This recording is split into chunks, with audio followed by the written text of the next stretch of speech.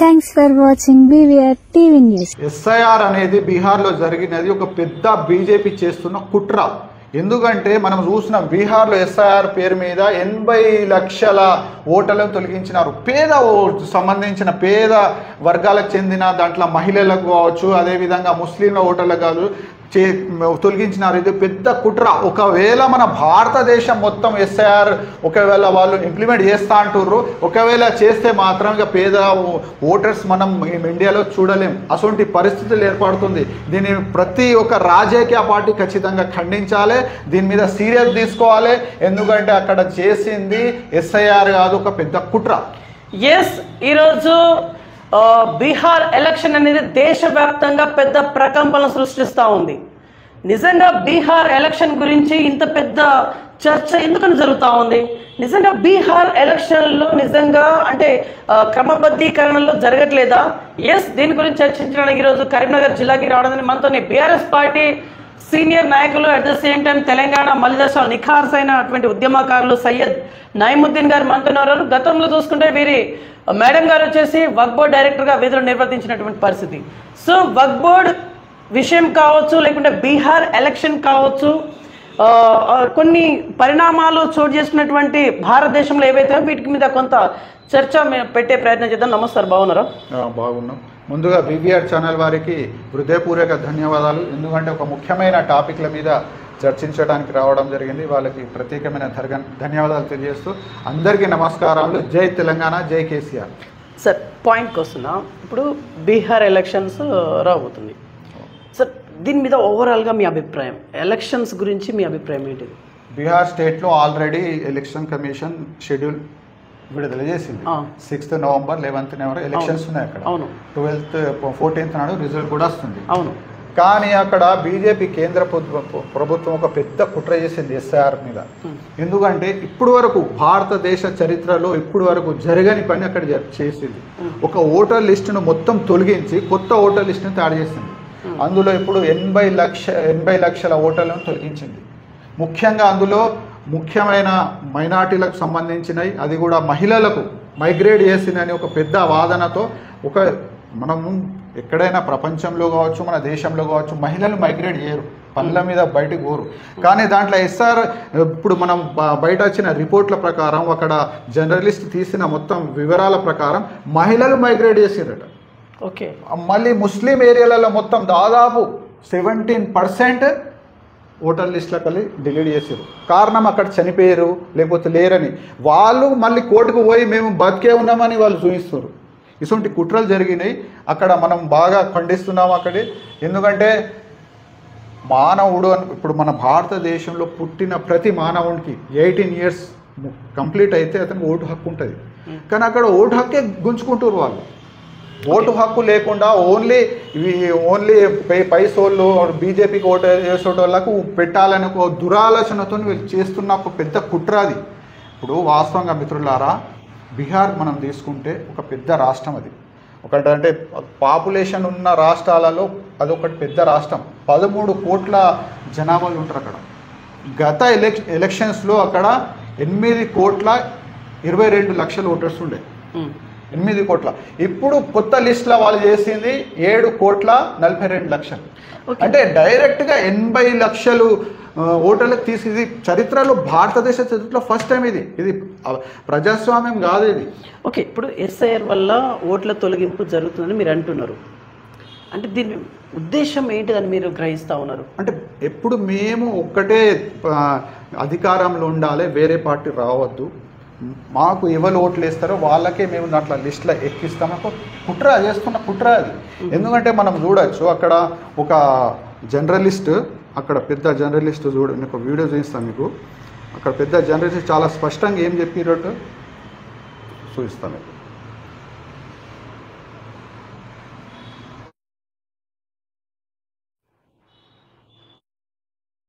ज्यादा है, वहां मतदाताओं के नाम कटने की दर यानी वोटर डिलीशन रेट ज्यादा है।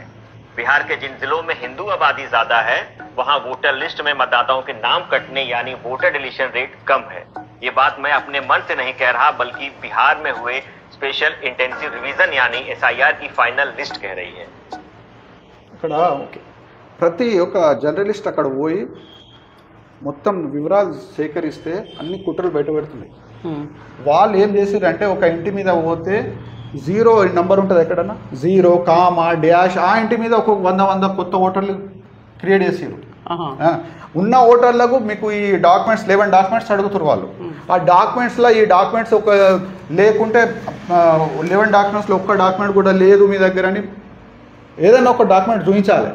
డాక్యుమెంట్ లేదు ఉన్నా కూడా దాంట్లో తప్పులు తీసి ఏమైనా తీసి వాళ్ళ ఓట్లు డిలీట్ చేస్తారు. అంటే ఈసీకి అంటే దీనివల్ల ఇప్పుడు ఈసీకి పెద్ద నష్టం వాటిల్లబోతుందా?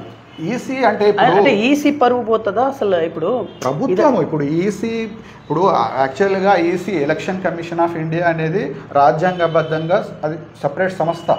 కానీ ఇప్పుడు మన కేంద్ర ప్రభుత్వం అన్ని సంస్థలను గుప్పిట్లో పెట్టుకున్నది.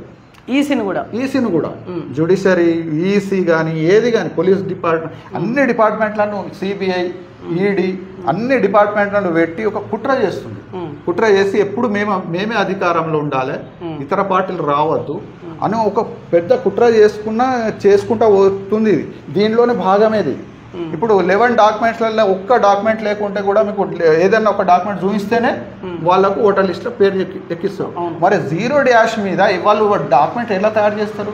100 ఓటర్లు మీరు క్రియేట్ చేసారు. వాళ్ళ దగ్గర ఏముంటాయి? ఇప్పుడు ఏదన్నా ఆధార్ కార్డ్ అన్నా, ఓటర్ ఐడి కార్డ్ అన్నా, రేషన్ కార్డ్ అన్నా తీయాలంటే ఇంటి నెంబర్ ఉండాలి. వాళ్ళు ఖచ్చితంగా ఇయ్యారు. కానీ వాళ్ళు 0 మీద అన్ని ఓటర్స్ తయారు చేస్తారు. ఉన్న ఓటర్లను తీసేస్తారు. ఇది కుట్ర కాకుంటే ఏంటిది? బీజేపీ చేస్తున్న పెద్ద కుట్ర ఇది. సుప్రీంకోర్టు ఏమైనదంటే ఆధార్ కార్డు ఇంక్లూడ్ చేయండి మీరు. ఐడెంటిటీ కార్డు ఉంది కదా సార్, ఐడెంటిటీ మీన్స్ ఆధార్ కార్డే కదా. ఐడెంటిటీ కార్డు కేంద్ర ప్రభుత్వంలో ఉద్యోగాలు చేస్తే ఎందరు ఉంటారు ఉద్యోగాలు, వాళ్ళకు ఓటర్ లిస్ట్లో పేరు రాపిస్తారు ఉద్యోగాలు. గుర్తింపు కార్డు అంటే ఐడెంటిటీ కార్డు కిందికి రాదా? గుర్తింపు అంటే ప్రభుత్వంలో పనిచేసిన వాళ్ళు. ఫస్ట్ ఒకటి కేంద్ర ప్రభుత్వం, రాష్ట్ర ప్రభుత్వంలో పనిచేసిన గుర్తింపు కార్డు అంటే అందరు ఉద్యోగాలు ఉంటారా? అందరు ఉండరు కదా. అదే విధంగా పాస్పోర్ట్ కూడా అందరి దగ్గర ఉండదు కదా. ఏవో మళ్ళీ ఏంటంటే కుల ధృవీకరణ పత్రం తీసుకురావాలంటారు. అందరు ఎడ్యుకేటెడ్ ఉండరు, పోరు వాళ్ళు తీసుకురారు వాళ్ళకు. అదే జాతీయ గుర్తింపు కార్డు అంటే ఒకటి మళ్ళీ స్థానిక అధికారులతో రూపొందించిన గుర్తింపు కార్డు, ప్రభుత్వం ద్వారా జారీ చేసిన భూమి లేదా అందరి భూములు ఉంటాయి. సెకండ్ వన్ ఏదో ఉంది కదా సార్ గతంలో ప్రభుత్వ ఇప్పుడు గతంలో 2003లో ఎవరు ఓట్ వేసారో వాళ్ళకు లిస్టులో పేరు ఉంటుంది కదా, వాళ్ళకు ఉంటే డైరెక్ట్ 2003 కట్అవుట్ ఇచ్చారు వాళ్ళు. అంటే ఇప్పుడు ఇలా ఆధార్ కార్డు లేదా? దాదాపు 20 సంవత్సరాల ముచ్చట అది. ఇప్పుడు ఇలా ఆధార్ ఉందా లేదా? ఆధార్ సుప్రీంకోర్టు చెప్పిన తర్వాత పెట్టిరు. అది ఆధార్ లేకుంటే ఇంకా 2-3 కోట్లు డిలీట్ అవుతుండే. ఆధార్ లేకపోతే ఇంకా ఘోరమైన. అయినా కూడా ఇప్పుడు దాదాపు 80 లక్షల ఓటర్లను డిలీట్ చేశారు. టార్గెట్ ఎవరికి? ముస్లింలకు చేశారు, అక్కడ మహిళలకు చేశారు. ఇది అన్యాయం, మేము ఖండిస్తున్నాం. ఇది భారతదేశంలో మళ్ళీ అన్ని రాష్ట్రాల్లో జరిగినప్పుడు బాగా అన్యాయం జరుగుతుంది. ఎస్ఐఆర్ అంటున్నారు, ఏంటి ఎస్ఐఆర్ మీనింగ్ ఏంటిది? ఎస్ఐఆర్ అంటే తెలియని వాళ్ళకి తెలుసుకుంటారు. ఒకటే విషయం, ఎస్ఐఆర్ అంటే స్పెషల్ ఇంటెన్సివ్ రీజన్ అని ఒకటి కొత్త తీసుకొచ్చింది వాళ్ళు. అసలు ఎలక్షన్ కమిషన్ ఎప్పుడు కానీ ఆ లిస్టును రివ్యూ చేస్తుంది. అంటే దాంట్లో ఏమైనా తప్పులు ఉంటే సరితీస్తుంది, లేకపోతే కొత్త ఓటర్లను ఎక్కిస్తుంది. అది సిస్టమ్ అది. కానీ ఇదేం చేసింది అంటే ఆ పాత లిస్టుని డిలీట్ మొత్తం చెత్తపుట్టలో పడేసింది. కొత్త దానికి తయారు చేసి కొత్త లిస్టుల ప్రకారం రాసుకుంటా పోతే వాళ్ళ దగ్గర డాక్యుమెంట్ అడుగుతుంది. మళ్ళీ ఇటువంటి ఒక ఫామ్ ఇస్తుంది, ప్రతి ఇంటికి పోయి ఎమ్యూరేషన్ ఫామ్ అనేది ఫామ్ ఇస్తుంది. ఫామ్ ఇచ్చిన తర్వాత అది నింపి వాళ్ళు దాంతో ఒక డాక్యుమెంట్ పెట్టి ఇవ్వాలి. వాళ్ళ ఇస్తే అప్పుడు లిస్టులో ఎక్కిస్తారు. ఇప్పుడు వీళ్ళ అందరు ఎడ్యుకేటెడ్ ఉండరు కదా, ప్రాసెస్ చేయలేరు. మళ్ళీ డాక్యుమెంట్స్లలో కూడా వాళ్ళు అడిగే డాక్యుమెంట్లు ఒక్క డాక్యుమెంట్ కూడా ఉంటాయి. దాదాపు వాళ్ళ దగ్గర ఏముంటాయి? రేషన్ కార్డు ఉంటుంది, ఓటర్ ఐడి కార్డు ఉంటుంది, డ్రైవింగ్ లైసెన్స్ ఉంటుంది, పాన్ కార్డు ఉంటుంది. అసలు అన్ని డిలీట్ దాంట్లో పెట్టలే. మేము డిమాండ్ చేస్తున్నాము ఖచ్చితంగా రేషన్ కార్డు అయినా కనీసం పెట్టాలి. ఎందుకంటే ప్రతి పేదవాడి దగ్గర రేషన్ కార్డు ఉంటుంది. అదే ఇంక్లూడింగ్ చెప్తలేరు వాళ్ళు. ఓకే, ఇప్పుడు బీహార్లో ఇది ఇంప్లిమెంటేషన్ అవుతుంది ఎస్ఐఆర్ అనేది. దేశవ్యాప్తంగా కనుక ఇది ఇంప్లిమెంటేషన్ అయితే నిజంగా అన్ని రాష్ట్రాలలో తమ రాష్ట్రాల్లో ఇదే రకంగా ఓటర్స్ల లిస్ట్ అనేది తొలగింపు జరుగుతుందా? అవును, ఖచ్చితంగా. ఇప్పుడు జరుగుతుందా? ఖచ్చితంగా. ఇప్పుడు ఎలక్షన్ కమిషన్ గణేష్ కుమార్ అనే సార్ ఏం చెప్పిందంటే చాలా స్పష్టంగా చెప్పారు, మేము ఇక్కడ బీహార్లో చేస్తుంది ఒక రోల్ మోడలే, మేము మొత్తం భారతదేశంలో అన్ని రాష్ట్రాల్లో చేస్తామని చెప్తారు. ఒకవేళ చేస్తే మాత్రం మేము ఖచ్చితంగా డిమాండ్ చేస్తున్నాం, ఈ పాన్ కార్డు కావచ్చు, రేషన్ కార్డు కావచ్చు, డ్రైవింగ్ లైసెన్స్ ఇటువంటి కార్డులు కూడా పెట్టాలి. ఎందుకంటే జనాల దగ్గర అందు ఉండయి.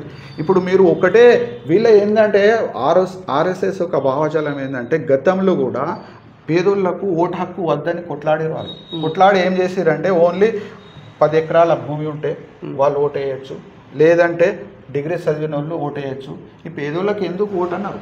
కానీ మా డాక్టర్ బిఆర్ అంబేద్కర్ గారు కొట్లాడి ప్రతి వ్యక్తి 18 ఇయర్స్ నిండిన వ్యక్తికి ఓటు ఉండాలని, హక్కు ఉండాలని రాసిరు, రాజ్యాంగంలో రాసిరు. కాబట్టి ఇంప్లిమెంట్ అవుతుంది. అది వాళ్ళకు ఏంటిదంటే ఇది ఉంటే మనము గెలవలేము, ఎందుకంటే పేదోళ్లకు వ్యతిరేకంగా పనిచేస్తారు వీళ్ళు. ఓకే, ఇప్పుడు ఎస్ఐఆర్ అనేది నిజంగా ఓట్ల శాతం తగ్గిస్తూ ఉందని మీరు అంటున్నారు. అవును. పార్టీల వారిగా చూసుకుంటే కాంగ్రెస్ ఏమంటుంది, బీఆర్ఎస్ ఏమంటుంది, సరే బీజేపీ అంటే బీజేపీ తీసుకొచ్చిందని మీరు అంటున్నారు కాబట్టి కాంగ్రెస్ కావచ్చు, బీఆర్ఎస్ కావచ్చు, మిగతా కమ్యూనిస్టు భావజాలం ఉన్నటువంటి పార్టీలు కావచ్చు, ఆ పార్టీలు ఈ ఎస్ఐఆర్ మీద ఏం చెప్తా ఉన్నాయి? మా పార్టీ అయితే ఖచ్చితంగా వ్యతిరేకించింది. నేను మీకు చూపిస్తా. అది ఎందుకంటే ఇది అన్యాయం జరుగుతుందని చాలా స్పష్టంగా. వినోద్ కుమార్ గారు ఒక మంచి మేధావి, గొప్ప మేధావిని, తెలంగాణ ఉద్యమంలో కీలక పాత్ర పోషించిన వ్యక్తి. 2 times ఎంపీగా, వరంగల్ ఎంపీగా ఉండే, కరీంనగర్ ఎంపీగా ఉండే. అది దేశ ప్రతి సమస్య మీద స్పందిస్తారని చాలా ఖండించి చెప్పారు. వాళ్ళు చాలా స్పష్టంగా చెప్పారు. ఏమని చెప్పారు, ఈ బీహార్లో జరుగుతుంది, అక్కడ అన్యాయం జరుగుతుంది, మా కేటీఆర్ కూడా చెప్పారు జరుగుతుంది, దానికి సరి చేయాలి, పేదోళ్లకు ప్రతి ఒక్కళ్ళకు ఓటు వేసే హక్కు ఇప్పించాలని చాలా స్పష్టంగా చెప్పారు. అందువల్ల మేము ఏమేం చెప్తామంటే మీరు చేయండి కాదు సార్. ఇప్పుడు ఈ ఎస్ఐఆర్ మీద వ్యతిరేకంగా సుప్రీంకోర్టులో కేసు పెడితే, సుప్రీంకోర్టులో ఆల్రెడీ నడుస్తుంది కదా కేసు. సుప్రీంకోర్టులో కేసు ఆల్రెడీ నడుస్తుంది. సుప్రీంకోర్టే ఆధార్ కార్డు కంపల్సరీ పెట్టాలంటేనే పెట్టింది. అది లేకపోతే మొత్తానికి తొలగించాలనే కేసు వచ్చినప్పుడు ఉన్నది నడుస్తుంది. ఇంకా రాలే, ఫైనల్ జడ్జ్మెంట్ రాలే.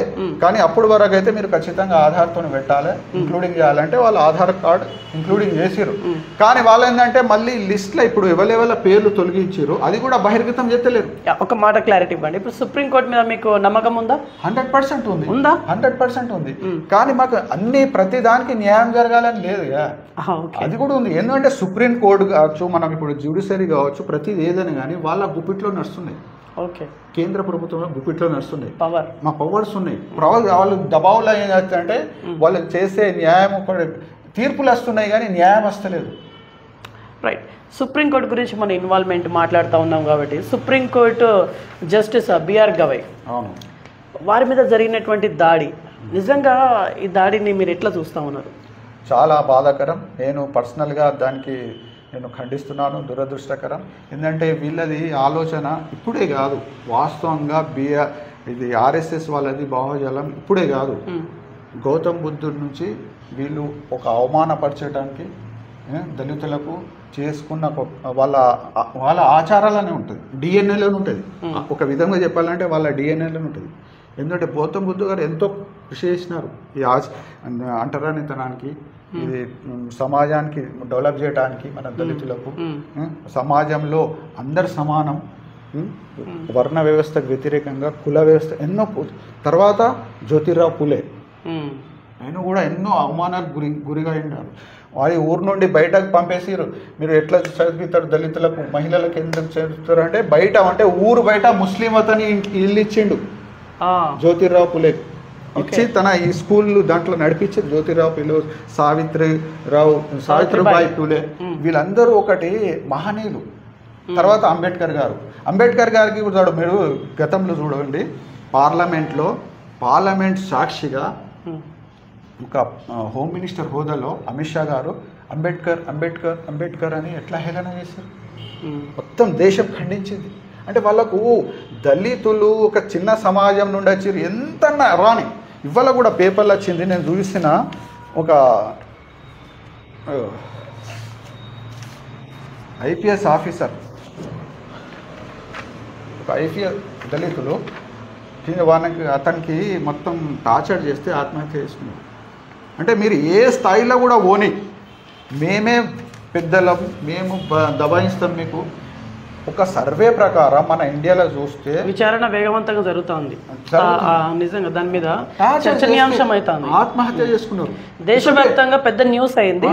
విచారణ చాలా సీరియస్ గా జరుగుతుంది. ఏంటంటే మన దేశంలో ఈ రోజు మనం చూడొచ్చు, రోజు ఒక 12 ఒక సర్వే ప్రకారం ఒక 12 దళిత మహిళల మీద ఆడపిల్లల మీద అత్యాచారం జరుగుతుంది. ఎందరికో లించింగ్తో చావ కొడతారు. అంటే మిసాలు పెడితే కొడతారు, గుర్రం మీద పోతే కొడతారు. ఇప్పుడు కూడా ఉంది గుళ్ళల్లో, ఇప్పుడు రానిస్తలేరు.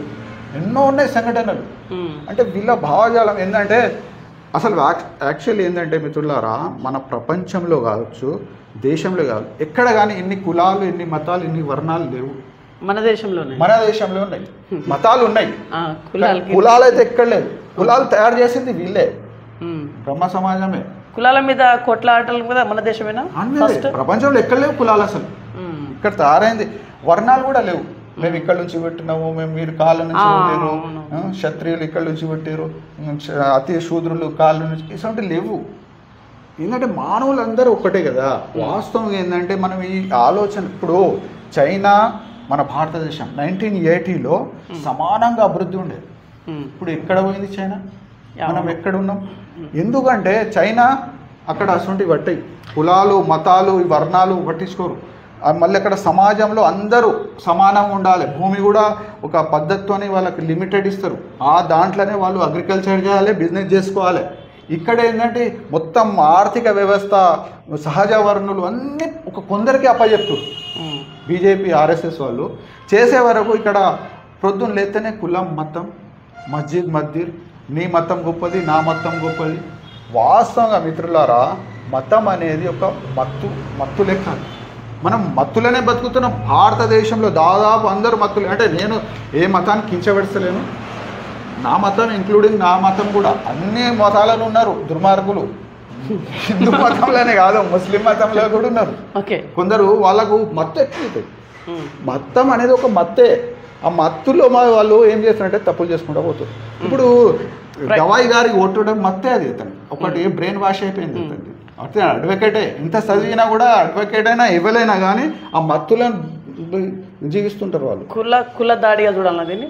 100% కులము. మరి ఆర్ఎస్ఎస్ ఒక భావజాలం. ఇప్పుడు సిజిఐ గవాయి గారు అంటే ఒక చీఫ్ జస్టిసే కాదు.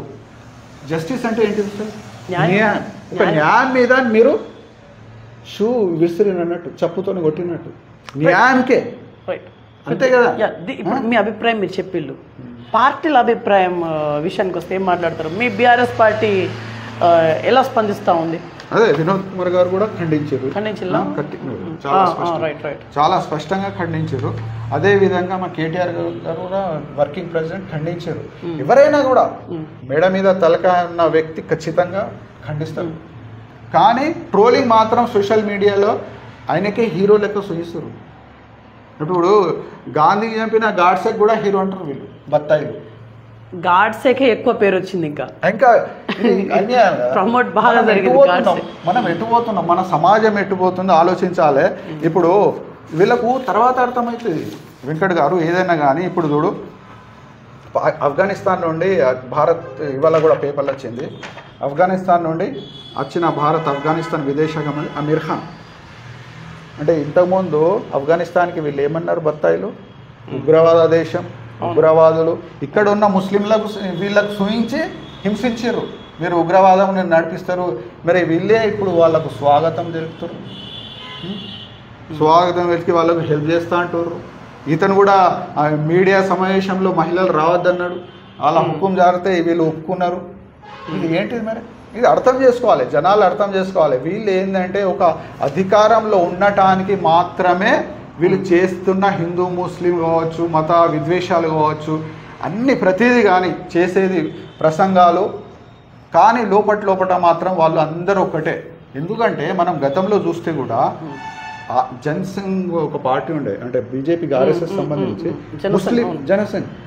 జనసంఘ్ మరి ముస్లింలకు ఇద్దరు కలిసి ఎలక్షన్స్లో కొట్లాడారు అప్పట్లో. బ్రిటిష్ కాలంలో బ్రిటిష్ ఇంకా ఇక్కడనే నడుస్తుండే, వాళ్ళ కాలంలో ఎలక్షన్స్ అవుతుండే జరుగుతుండే. అప్పుడు వీళ్ళిద్దరు కలిసి చేసారు. మరి వీళ్ళే ఇప్పుడు ఇద్దరు వేరు, ఆయన జిన్నా అటు వెళ్ళిపోయిండు, వీళ్ళు ఆర్ఎస్ఎస్ ఇక్కడ ఉన్నారు. అని వీళ్ళు ఏంటంటే ఒక మానవత్వం మీద నడిసే ఆలోచన ఐడియాలజీ ఉండేది వీళ్ళకి. ఆర్ఎస్ఎస్ వాళ్ళతో మాకు ఏం బాధ లేదు, వాళ్ళతో మాకు గొడవ లేదు. గొడవ వాళ్ళ ఐడియాలజీతో ఉంది, వాళ్ళ ఆలోచనతో ఉంది. యా యా ఇప్పుడు మీరు మాట్లాడితే ఆర్ఎస్ఎస్ వాళ్ళు ముస్లింలను కించపరుస్తున్నట్టుగా మీరు మాట్లాడుతూ ఉన్నారు.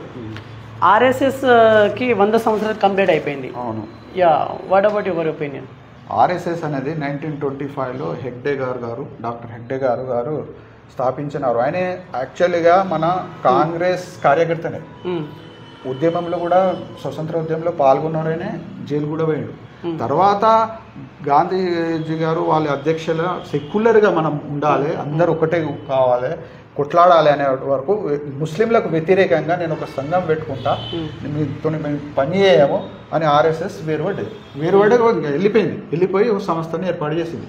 ఆయన హెగ్డే గారు కూడా మన తెలంగాణ మూలాలు గల వ్యక్తే. మన తెలంగాణ వాళ్ళ పూర్వీకులు ఇక్కడనే తెలంగాణలో ఉండే, నాగ్పూర్లో పోయి వాళ్ళు స్థిరపడ్డారు, అక్కడ ఏర్పాటు. కానీ అప్పటి నుంచి వాళ్ళ ఒక బుక్స్ కానీ వాళ్ళ ముఖ్య ఆలోచనలు కానీ ఒక సమాజ ప్రకృతికి వ్యతిరేకంగా ఉంటాయి వాళ్ళు ఆర్ఎస్ఎస్. ఎందుకంటే ఇప్పుడు వీళ్ళకి తర్వాత అర్థమవుతుంది. ఎందుకంటే ఒక్కటే చిన్న ఉదాహరణ చెప్తా. వాళ్ళు ఫస్ట్ ఏమన్నారు, ఎక్కువ జనాభా పెరుగుతుంది, పిల్లలు తగ్గించాలి, ముస్లింలు ఎక్కువ పిల్లలు పుట్టిస్తారు, ముస్లింలు దేశద్రోహులు అన్నారు. ఇప్పుడు వాళ్ళే మళ్ళీ వాదన చేసి అవును మన జనాభా తగ్గుతుంది, మీరు పిల్లలు పుట్టియాలి, ఎక్కువ 3 పిల్లలు పెట్టాలని.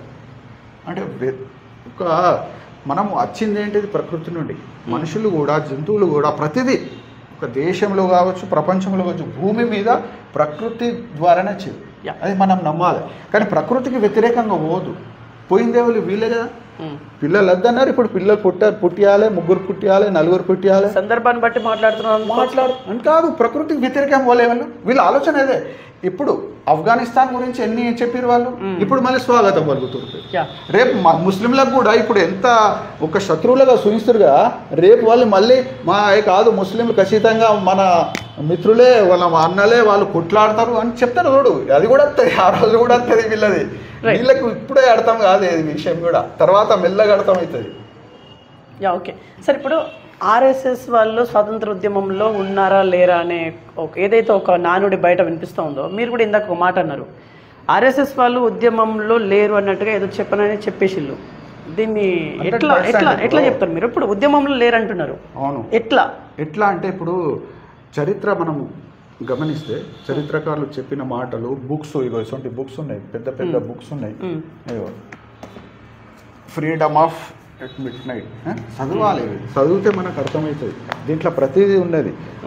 దీంట్లో లహు బోల్తా హై, ముస్లింలు చేసిన త్యాగాల గురించి ఉన్నది. ఇటువంటి బుక్స్ చదవాలి. లేకపోతే మనం చరిత్రకారులు కూడా ఉన్నారు, చెప్తారు, వాళ్ళు ప్రతిదీ చెప్తారు. అంతేందుకు మొన్న రీసెంట్గా ఒక ఆమ్ ఆద్మీ పార్టీకి సంబంధించిన సూర భరద్వాజ్ మొత్తం డాక్యుమెంట్సే బయటపెట్టాడు. ఆర్ఎస్ఎస్ పని చేయలేదు, కోర్టులో కేసు వేసారు. జెండా కూడా, జాతీయ జెండా కూడా 50 సంవత్సరాలు ఎక్కియలే వాళ్ళు. ఎక్కియకుంటే అప్పుడు కాంగ్రెస్ వాళ్ళు కేసు పెట్టారు కోర్టులో, ఎఫ్ఐఆర్ కాపీది. అతను మొత్తం డాక్యుమెంట్స్ బయట పెట్టిండు. ఒక మాజీ మంత్రి, ఢిల్లీ మాజీ మంత్రి అని డాక్యుమెంట్స్ మొత్తం బయట పెట్టిండు. అంటే ఆర్ఎస్ఎస్ ఏంటంటే ఒకటి అబద్ధాలు చెప్పుకుంటా, ఎన్ని అబద్ధాలు చెప్తుందంటే అది నిజం దాగిపోవాలి. అంటే ఇప్పుడు ఆర్ఎస్ఎస్ ఉద్యమం స్వాతంత్ర ఉద్యమంలో 100% లేదు, ఎక్కడ లేదు. వ్యతిరేకించింది, ఇంకా స్వాతంత్రాన్ని వ్యతిరేకించింది. వాళ్ళు ఓన్లీ బ్రిటిష్ వాళ్ళకి సపోర్ట్ చేసారు. సవర్కర్ అనే వ్యక్తి వాళ్ళ నాయకులు, సవర్కర్ గారు, ఆయన జైల్లో ఉండే, కాలాపాని జైల్లో. కానీ ఈ స్వతంత్ర ఉద్యమం గురించి పోలే. ఆయన వేరే పర్సనల్ విషయంగా గన్ను కొనడానికి పోతే పట్టుబడ్డాడు, దాంట్లో పోయిండు. అప్పుడు వాళ్ళు మొత్తం నేను సారీ ఇప్పటి నుంచి అసలు పనులు చేయ, మీకు లొంగిపోతా, నాకు పెన్షన్ మీద బతికిన ఆయన, బ్రిటిష్ వారు ఇచ్చిన పెన్షన్ మీద బతికిండు. ఓకే, అదే మా ఉద్యమకారులు ఎందరో సూలి మీద. ఇప్పుడు ఒక రికార్డు ఉన్నది మన దేశంలో, అంటే స్వతంత్ర ఉద్యమంలో చనిపోయిన వాళ్ళ రికార్డు ఉన్నది. దాదాపు 7,22,000 ఉన్నాయి. దాంట్లో ఒక్కటి కూడా లేదు ఆర్ఎస్ఎస్ సంబంధించి. ఒక్కరు అంటే ఒక్క పేరు లేదు. ఎందుకు వ్యతిరేకించింది మరి? వీళ్ళది ఏంటంటే భావజాలం ఏంటంటే ముస్లింలకు వ్యతిరేకంగా, క్రిస్టియన్లకు వ్యతిరేకంగా వాళ్ళ సంస్థ ఏర్పడింది ఆర్ఎస్ఎస్. అదే దాన్ని పట్టుకొని నడుస్తారు వాళ్ళు. ఇప్పుడు బ్రిటిష్లతోని వాళ్ళకి ఇబ్బంది లేకుండే, ఇబ్బంది ఇక్కడ ఉన్న ముస్లింలతోని, ఇక్కడ ఉన్న క్రిస్టియన్లతోని, ఇతర మతాలతోని. వీళ్ళది ఏంటంటే మా మతమే గొప్పది, మా మతమే అందరూ పాటించాలి, మా భాషనే గొప్పది, మా భాషనే మాట్లాడాలి, మేము చెప్పిందే తినాలి, మేము చెప్పిందే బట్టలు వేసుకోవాలి అని ఒక భావజాలంలో మేమే సుపీరియర్. హుకుం అంటే తానాషాయి, మేమే సుపీరియర్, అందరు మానవులు సమానం కాదు, మాకే అసలు ఆలోచనలు ఉంటాయి వాళ్ళు. యా యా ఇప్పుడు సుప్రీంకోర్టు విషయానికి వస్తే వక్ఫ్ బోర్డ్ అనేది మధ్యంతర తీర్పు అయితే వచ్చేసింది. అండ్ మన రాష్ట్రంలో వక్ఫ్ బోర్డ్ని ఇంకా ఇంప్లిమెంటేషన్ చేస్తున్నారు. మేబీ ఇంకా చాలామంది తెలియకపోవచ్చు. సో వీటి మీద మీ ఆప్షన్? వక్ఫ్ బోర్డు కొత్త చట్టం వీళ్ళు తీసుకొచ్చారు కేంద్ర ప్రభుత్వం. దాంట్లో మైనార్టీలకు తీరని నష్టం జరిగింది, జరుగుతుంది కూడా. ఇంకా ఫైనల్ తీర్పు రాలే.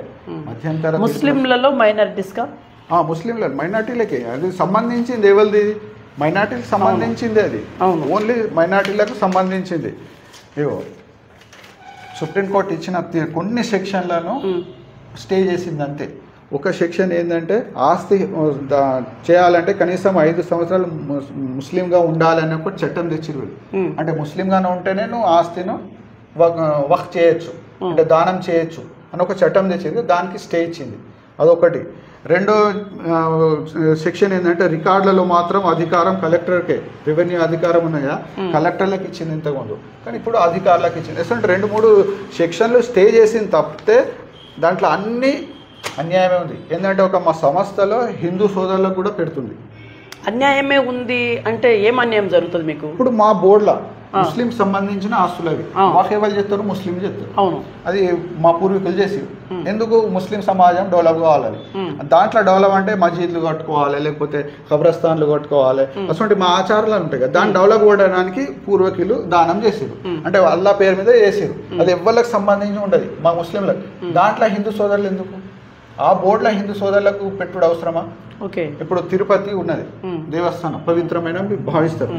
ఇప్పుడు మాకు దాంట్లో ముస్లింలకు ఇతర మతస్థులు పెట్టాలంటే మీరు ఒప్పుకుంటారా? అరే మీకేం పని బైక్కడ అంటారు. మా మతం ఎవరి మతం వాళ్ళకి మంచిగా అనిపిస్తుంది. మీ మమ్మీ మీకు మంచిగా అనిపిస్తుంది, మా మమ్మీ నాకు మంచి గ్రేట్ అనిపిస్తుంది. కాదు కాదు నువ్వు మా మమ్మీకే గ్రేట్ చెప్పమంటే చెప్తావు? చెప్పవు కదా. ఎవరి మతం వాళ్ళది. ఇప్పుడు మత స్వేచ్ఛ ఉన్నది ఇక్కడ, మన రాజ్యాంగం కల్పించింది కదా. దాని ప్రకారం మనం బతకాలి, మనం నడవాలి. దాని మేము మన స్ఫూర్తి ప్రకారమే నడతామంటారు వీళ్ళు.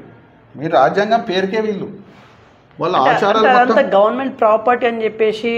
గవర్నమెంట్ సంబంధం ఎందుకు అయితే? ప్రైవేట్ అది. ఇప్పుడు నాకు ఆస్తి ఉంది, నా ఆస్తిలో కొంత 10% నేను వర్క్ చేస్తా. ఇది గవర్నమెంట్ ఎందుకు అవుతుంది? నా ఆస్తి నేను ఇచ్చిన. ఏంటంటే మా మా సమాజంలో కూడా. ఇప్పుడు ఇక్కడ ముస్లింని టార్గెట్ చేస్తున్నారా? 100%. ఎవరు టార్గెట్ చేస్తున్నారు? ఆర్ఎస్ఎస్ సంబంధించిన బీజేపీ ప్రభుత్వం. ఎందుకు అంటే భారతదేశంలో ముస్లిం ఉండొద్దు అనేదా వాదన? వాళ్ళ వాదన ఏంటంటే సెకండ్ సిటిజన్షిప్ లెక్క ఉండాలి, మాతో భయపడి ఉండాలి. క్రిస్టియన్లు కావచ్చు, ఇతర మస్తులు, మానే కాదు దళితులు కూడా కావచ్చు, వాళ్ళకు కూడా ఓటు హక్కు తీసేయాలి. వాళ్ళకు ఉంటుంది. ఫస్ట్ ముస్లిం టార్గెట్ చేస్తారు వాళ్ళు. ఏంటంటే ముస్లింలు ఎక్కువ ఉన్నారు కాబట్టి వాళ్ళు తెగిగా తక్కువ ఉంటారు కదా వీళ్ళు. ఎట్లయినా ఎవరు దళితులు సోదరులు కావచ్చు, లేకపోతే క్రిస్టియన్స్ బాగా తక్కువ ఉంటారు. వాళ్ళ మీద ఇప్పుడు మణిపూర్లో కాలే అటాక్. అవును, మణిపూర్లో అయినాయి. అసలు అటాక్లు చేస్తారు. ఫస్ట్ టార్గెట్ ముస్లిం చేశారు వాళ్ళు చేసిందంటే వీళ్ళ దగ్గర ఆస్తి ఉండద్దు, వీళ్ళు ఎదగద్దు, వీళ్ళు నాతోనే భయపడి ఉండాలి అని ఒక దురాలోచన ఉండదు. కానీ వాస్తవంగా మానవులందరూ సమానమే, ఎవరికి తక్కువ ఎక్కువ కాదు. ఎవరైనా 4 కాలైనా లేడుగా. ఎవరైనా రాజ్యాంగం అందరికి ఈక్వల్ రైట్స్ ఇచ్చింది, కానీ రాజ్యాంగం చెప్తారు కానీ రాజ్యాంగం ప్రకారం వీళ్ళు నడవరు. ఇప్పుడు ఒక దేశ ప్రధాని మంత్రి నిలబడి చాలా స్పష్టంగా అబద్ధాలు చెప్తారు. ఆర్ఎస్ఎస్ ఎంతో స్వతంత్ర ఉద్యమంలో పనిచేసింది, ఇంత చెప్పచ్చా? ఎక్కడుంది రికార్డ్? ఎక్కడుంది? ఎవరైనా చూస్తే నవ్వుతారు. చరిత్రకాలం ఎంత ఖండించిన ఆ విషయాన్ని ఒక కైన్ కూడా రిలీజ్ చేసిరు ఆయన. అసలు ఆర్ఎస్ఎస్కి ఇప్పటి వరకు రిజిస్ట్రేషన్ లేదు, దానికి లెక్కలు లేవు, బ్యాంక్ అకౌంట్ లేదని చరిత్రకాలు చెప్తారు, పెద్ద పెద్ద నాయకులు చెప్తారు వాళ్ళు. ఎందుకంటే దానికి ఒక పాటించేది వాళ్ళు. 2 సార్లు దానికి బ్యాన్ చేసారు. గాంధీ చంపింది ఎవరు? గాడ్సే. ఆయన ఆర్ఎస్ఎస్ కార్యకర్త. ఆయన ఉరి శిక్ష ఇచ్చింది ప్రభుత్వం. కానీ ఇప్పుడు మళ్ళీ గాడ్సేకి హీరో చేస్తారు వాళ్ళు. అవును, గాడ్సే పేరు మారుమవుతాం. పార్లమెంట్ కొత్త భవనము ఓపెనింగ్కి మన రాష్ట్రపతికి పిలవలేదు, ఎందుకంటే ఒక దళిత మహిళని పవిత్రం ఉండగా ఉండేది, పవిత్రమైన కాబట్టి అపవిత్రమైతే ఇది ఎంత అన్యాయం చెప్పండి. ఒక మానవులకు నీచంగా చూసే బుద్ధి వీళ్ళ దగ్గర ఉన్నది, అది మాకు కొట్లాట. వాళ్ళతోనే మానకు కొట్లాట ఏం లేదు. ఓకే సార్, ఇప్పుడు మీరు వక్ఫ్ బోర్డుని అంటే మీకు అంటే వక్ఫ్ బోర్డు వల్ల మీకు అన్యాయం జరుగుతుంది, ఇదంతా ఆర్ఎస్ఎస్ బీజేపీ అని చెప్పేసి అంటున్నారు.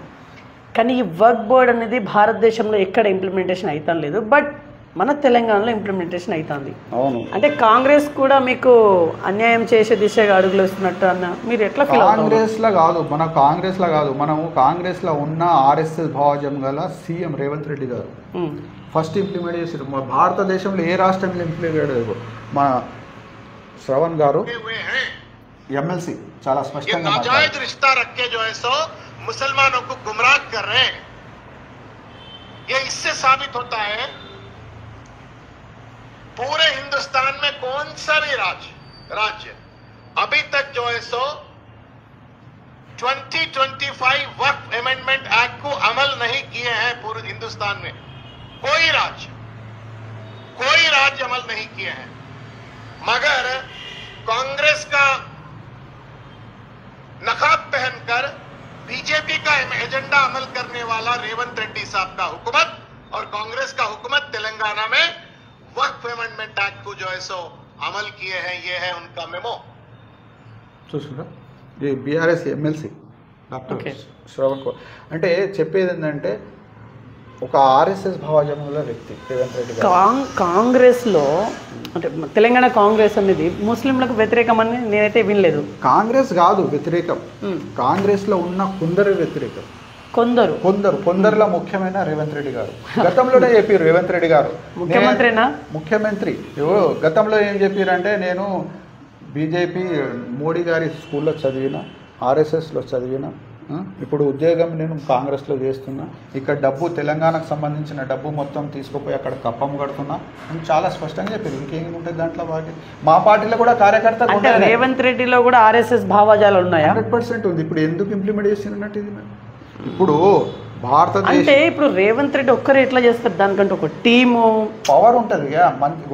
ఎంత టీం ఉన్నా కూడా టీం లీడర్ ఎవరు? అతనికే ఉంటుంది. ఒక ముఖ్యమంత్రి అన్నప్పుడు, ఒక డిసిజన్ తీసుకున్నప్పుడు అన్ని మంత్రులు సపోర్ట్ చేస్తారు, తప్పదు అది. ఇప్పుడు ఇంకొకటి విషయం చూడండి, మన తెలంగాణ రాకముందు కూడా ఉమ్మడి ఆంధ్రప్రదేశ్లో కావచ్చు, ఇప్పుడు తెలంగాణ కావచ్చు, ఇప్పుడు వరకు ముస్లిం మంత్రి లేనిది ఒక రికార్డ్ లేదు. ముస్లిం మంత్రి ఇప్పుడు వరకు నియమించలేదు. ఇప్పుడు మా సమాజంలో, తెలంగాణ సమాజంలో ముస్లింలు దాదాపు 13% ఉన్నారు. ఒక్క మంత్రి పదవి ఇవ్వలేదు. రెడ్లు ఎందరు ఉన్నారు? 2% ఉన్నారు.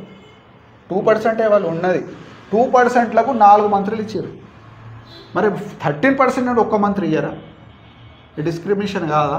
జరుగుతుంది ఆల్రెడీ. ఇది లొల్లి జరుగుతుంది 100%. ఆయన ఆలోచన ఏంటంటే, ఆర్ఎస్ఎస్లో పనిచేసిన వాళ్ళు అందరం ఏ పార్టీలో ఉండని వాళ్ళు ముస్లిం వ్యతిరేకమైన నిర్ణయాలు తీసుకుంటారు. ఇది దీంట్లో ఏం డౌట్ లేదు ఇవాళ. రైట్. మన ఇప్పుడు ఇంటర్వ్యూ ముగించే ముందు అసలు మీరు ఇచ్చేటువంటి మెసేజ్ ఏమిచ్చి ముగించాలనుకుంటున్నారు వాస్తవానికి? ఇప్పుడు వక్ఫ్ బోర్డుది ఒక్కటే విషయం, వక్ఫ్ బోర్డుది December 25 వరకు వాళ్ళు టైం ఇచ్చారు రిజిస్ట్రేషన్ చేయడానికి. ఉమ్మీద్ అనే పోర్టల్ ఉంటుంది. ఆ పోర్టల్లో మనం పోయి ముతవల్లి కావచ్చు, వక్ఫ్ ల్యాండ్ టేకర్ కావచ్చు, వాళ్ళు పోయి రిజిస్ట్రేషన్ చేసుకోవాలి. లేకపోతే మళ్ళీ వక్ఫ్ బోర్డులో రాదు. వక్ఫ్ ల్యాండే కాదు, గవర్నమెంట్ మొత్తం ఆక్యుపైడ్ చేస్తుంది. అదొకటి. ఎందుకంటే ఇప్పుడు ఇంప్లిమెంట్ అవుతుంది కాబట్టి ఖచ్చితంగా ఒక రిక్వెస్ట్ చేస్తున్నాం మేము ముస్లిం సోదరులకు, ముతవల్లి వాళ్ళకు, ల్యాండ్ టేకర్స్, వక్ఫ్ బోర్డ్ టేకర్స్ ఎవరు ఉన్నారో వాళ్ళ పెద్దలకు, ఇక్కడ డిస్టిక్ లెవెల్ కూడా చేస్తలేరు, ఓన్లీ స్టేట్ లెవెల్లో చేస్తారు. అది కూడా వక్ఫ్ బోర్డ్ ఆఫీస్ కన్సల్ట్ అయ్యి మనకు సంబంధించిన వక్ఫ్ ఆస్తులను రిజిస్ట్రేషన్ చేయించాలి. మళ్ళీ చేయించకుండా అది గవర్నమెంట్ అయిపోతుంది. అవునా? కొత్త రూల్ ఇంత ఆల్రెడీ వక్ఫ్ బోర్డ్ అంటే ఎప్పటిలోకి చేయించాలనేది డిసెంబర్ 5th వరకు వాళ్ళు డెడ్ లైన్ ఇచ్చారు. ఈ ఇయర్ ఈ డిసెంబర్ వచ్చే నెల. Okay okay. మరి మీ ముస్లిం సోదరులకు అందరికి తెలుసా? కొందరు తెలియదు, కొందరు తెలియదు. ఎందుకంటే ఇంప్లిమెంట్ చేస్తుండని కూడా తెలియదు, కొందరు తెలియదు. మన స్టేట్లో వక్ఫ్ బోర్డ్ చట్టం ఇంప్లిమెంట్ అవుతుందని కూడా తెలియదు కొందరు. ఓకే. అటువంటి పరిస్థితులు ఉన్నాయి. కాబట్టి అది మనకు ఒక సెంట్రల్ గవర్నమెంట్ డిమాండ్ చేస్తున్నాం డిసెంబర్ 5th. ఒక అంటే ఇప్పుడు మొత్తం స్టేట్లో కావచ్చు, ఇండియాలో కావచ్చు, లక్షల ఆస్తులు ఉన్నాయి. అవి మొత్తము పోర్టల్ ఉమ్మీద్లా రావాలంటే టైం ఇవ్వాలి. కేంద్ర ప్రభుత్వం కూడా మేము డిమాండ్ చేస్తున్నాం, పెంచాలి, ఒక 2-3 years పెంచాలి. ఆల్రెడీ కొన్ని మత పెద్దలు కోర్టుకు పోయారు ఈ డేట్ పెంచాలని. సుప్రీంకోర్టు విచారణ చేస్తుంది, పెరుగుతుంది కావచ్చు, కానీ మీరు కూడా జాగ్రత్త పడి తీసుకోపోయి కొంచెం చేపియాలి. ముతవల్లి కావచ్చు, పెద్ద మత పెద్దలు ఎవరు ఉన్నారో మా ఆస్తులను కాపాడటానికి ఇది రిజిస్ట్రేషన్ చేయాలి, తప్పదు. అది కొట్లాటనే, దానికి చట్టం వ్యతిరేకం కొట్లాటనే, కానీ ఇది ఇంప్లిమెంట్ చేయాలి. వాస్తవంగా ఈ రికార్డ్స్ ఆల్రెడీ ఉన్నాయి. ఓకే. వక్ఫ్ బోర్డ్ దగ్గర సంబంధించిన రికార్డ్స్ ఉన్నాయి, కానీ వీళ్ళు ఒప్పుకుంటలేరు ఆ రికార్డ్స్కు. మళ్ళీ రిజిస్ట్రేషన్ చేయాలని ఒక అంక పెట్టారు, కండిషన్ పెట్టారు. అది చేయకుంటే మొత్తం లాక్కుంటాం అనే కుట్ర. అది ఒక వక్ఫ్ ల్యాండ్లకు తీసుకునే కుట్ర బీజేపీ చేస్తుంది, అర్థం చేసుకోవాలి. రెండో విషయం ఏంటంటే ఇక్కడ బీజేపీ ఎందుకు చేస్తుంది? ఇక్కడ కాంగ్రెస్ కదా మన స్టేట్లో ఇంప్లిమెంట్ చేస్తుంది, కాంగ్రెస్ కదా. బీజేపీ తెచ్చింది కానీ ఇంప్లిమెంట్ చేస్తుంది కాంగ్రెస్ కదా. అంటే వాళ్ళకు అవసరాలు బట్టి ఏ రాష్ట్రం ఇంప్లిమెంటేషన్ చేయని మన రాష్ట్రమే చేస్తుందంటే బీజేపీ ఉన్న రాష్ట్రం కూడా స్టడీ చేయలేదు. ఎందుకు మరి మన రాష్ట్రం ఎందుకు చేస్తున్నట్టు? అది లోపకారి ఒప్పందాలు ఉంటాయి కదా, కొన్ని లోపకారి ఒప్పందాలు ఉంటాయి, డబ్బులు అచ్చుడు ఉంటాయి, సెంట్రల్ ఉంటాయి, అటువంటి విషయాలు ఉంటాయి, భావాజాలం ఉంటుంది, తన సొంత నిర్ణయాలు ఉంటాయి. అవన్నీ క్యాబినెట్లో కూడా చర్చించలేదు కావచ్చు ఇంప్లిమెంట్ చేయాలని. చేయకముందు చేసేసారు వాళ్ళు, రేవంత్ రెడ్డి గారు. అందుకోసమే ఈ జూబ్లీ హిల్స్లో కూడా ఖచ్చితంగా బుద్ధి చెప్పాలి, కాంగ్రెస్కు కావచ్చు, బీజేపీ కావచ్చు. జూబ్లీ హిల్స్ విషయానికి వస్తే అక్కడ ఎంత శాతం ఉన్నారు మీ ముస్లిం ఓటర్స్? దాదాపు 60% వరకు ఉంటాయి. 60 ఉంటారు, కానీ దాంట్లో ఇప్పుడు ఎన్ని కట్ చేస్తుర్రు మళ్ళీ. అక్కడ కూడా ఎలక్షన్స్ కమిషన్ ఏమేమి చేస్తుందో అక్కడ దాదాపు ముస్లిం ఓటే ముఖ్యం ఉంటుంది. ఎందుకు ఇంతకుముందు కాంగ్రెస్ నుండి యాదవ్కి ఇచ్చిన టికెట్ సార్?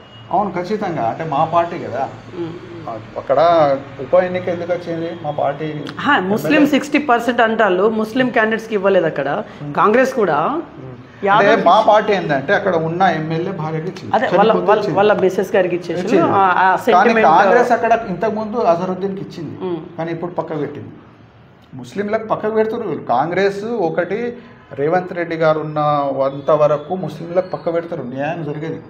అది అనే భావజాలం మొత్తం ఆర్ఎస్ఎస్ భావజాలం.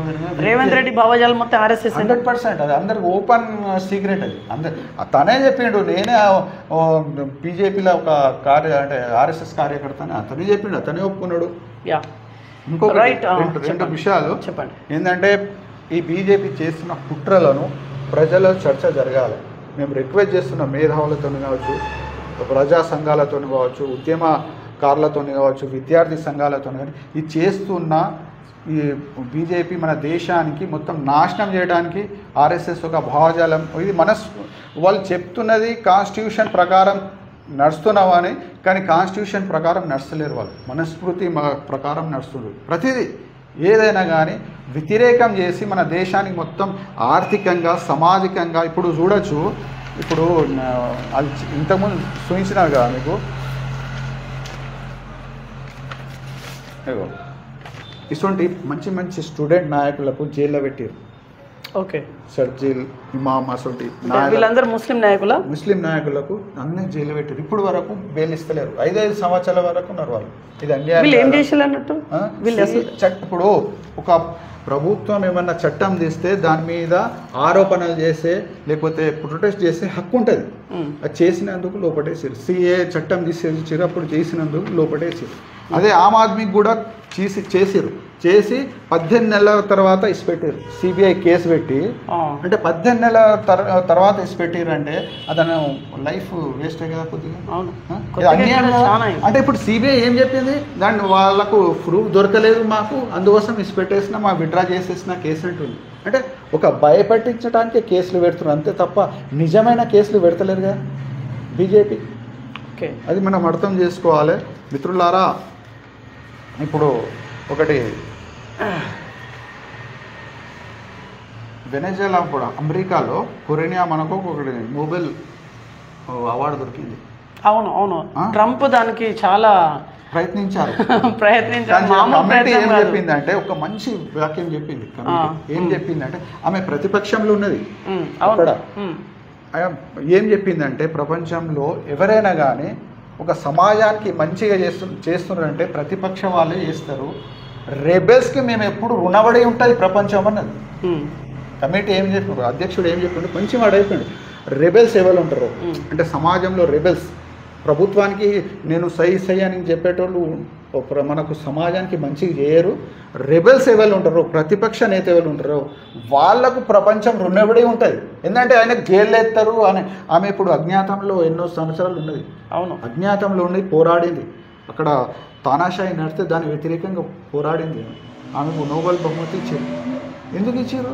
ట్రంప్ ఎందుకు ఇవ్వలే? మరి అప్పుడు ఆ గవర్నమెంట్ నడుస్తుంది, మరి ఆయన కింగ్. కానీ చాలా ప్రయత్నం చేసిండు. కానీ అతను ఏంటంటే రాజకీయం చేసిండు. ఆయన రాజకీయం చేయలేదు, ప్రజల కోసం పోరాడింది. ఒక ప్రతిపక్ష నేతగా ఆమె ఇప్పుడు అజ్ఞాతంలో ఉండి కూడా పోరాడింది కాబట్టి ఆమెకి ఇచ్చింది. అది వాస్తవం. ఒక ప్రతిపక్షాలు ఉన్న రేబెల్స్ ఒక సమాజాన్ని మార్చుతారు తప్ప అవును ఈ ప్రభుత్వములు ఉన్న ప్రశ్నించే గొంతుక రెబెల్స్కే ప్రశ్నించే వాళ్ళకు మేము రుణపడి ఉండాలి. ఎందుకంటే వాళ్ళు సొంతంగా వాళ్ళు జైల్లో పడతారు, వాళ్ళకు ఎన్నో ఇబ్బందులు ఉంటాయి, లాఠీ దెబ్బలు తింటారు, ఆర్థికంగా సామాజికంగా ఫ్యామిలీ పరంగా ప్రతి నష్టం అవుతారు. అవును, కానీ సమాజంకి లాభం. ఇప్పుడు మహనీయులు అందరితే అవును, మహనీయుల జీవిత త్యాగాలు ఇప్పుడు అన్ని. గాంధీ ఎంత త్యాగాలు చేశారు, అంబేద్కర్ గారు ఎన్ని అవమానాలు భరించారు. అవును, అటువంటి వాళ్లకు ఖచ్చితంగా నోబెల్ బహుమతులు ఇస్తారు. అందుకోసం మేము చెప్పేది అంటే వాస్తవాలు ప్రభుత్వం ఏది చెప్తే అది సై అనకుండా ప్రజలు కూడా అందరు గొంతు, ప్రజా వ్యతిరేక గొంతు ఉండాలి, ఖచ్చితంగా ఉండాలి. కేసీఆర్ గారు కూడా ఇప్పుడు తెలంగాణ తెచ్చిరంటే కొట్లాడారు.